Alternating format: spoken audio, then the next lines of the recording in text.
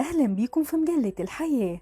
الشاب الشقي الوسيم المتهور خفيف الظل أحمد رمزي قدر يحتل مكانة خاصة في قلوب محبيه من كل أنحاء الوطن العربي، وفضل فترة كبيرة فتى الشاشة الأول ومن أهم نجوم الصف الأول في السينما. هنستعرض معاكم أهم المحطات اللي مر بيها الفتى الوسيم وعدد زوجاته، وإزاي اتسبب في طلاق الإعلامية ليلى رستم وسبب هروبه من مصر لمدة 10 سنوات. تابعوا معانا.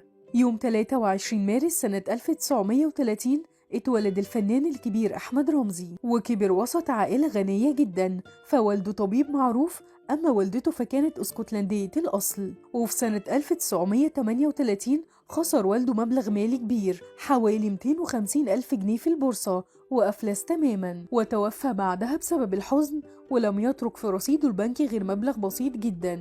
فتولت والدة أحمد رمزي تربيته هو وإخواته، وطلبت منه إنه يسير على خطى والده، فدخل أحمد رمزي كلية الطب، لكنه بعد 3 سنوات دراسة فشل بشكل ذريع واتجه للدراسة بكلية التجارة. تزوج أحمد رمزي 3 مرات، المرة الأولى من عطية الدرمالي، والمرة التانية من الفنانة الكبيرة نجوى فؤاد، واستمر زواجهم لمدة 17 يوم فقط.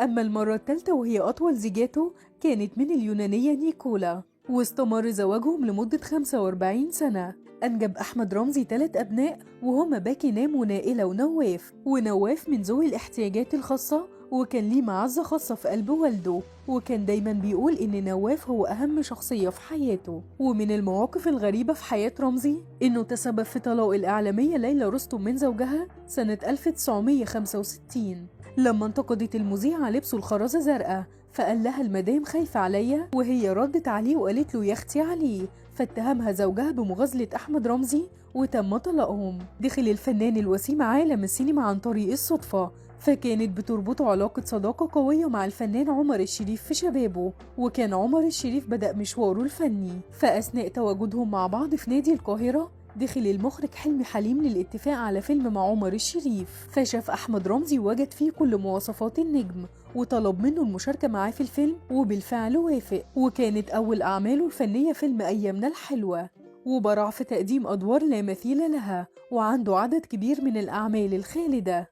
قدم للسينما حوالي 120 فيلم، منهم عائلة زيزي، ابن حميدو، وغيرهم من الأعمال الهامة.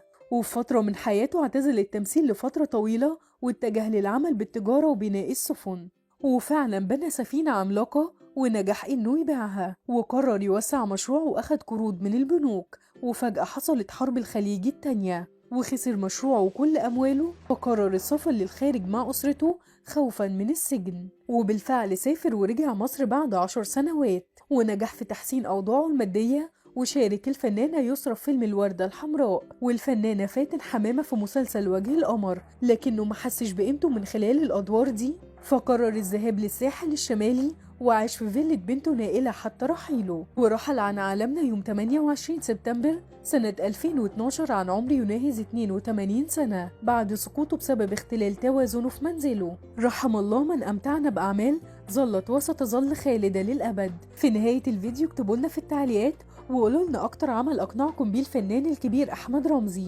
واستنونا في فيديو جديد وفنان جديد مع مجلة الحياة.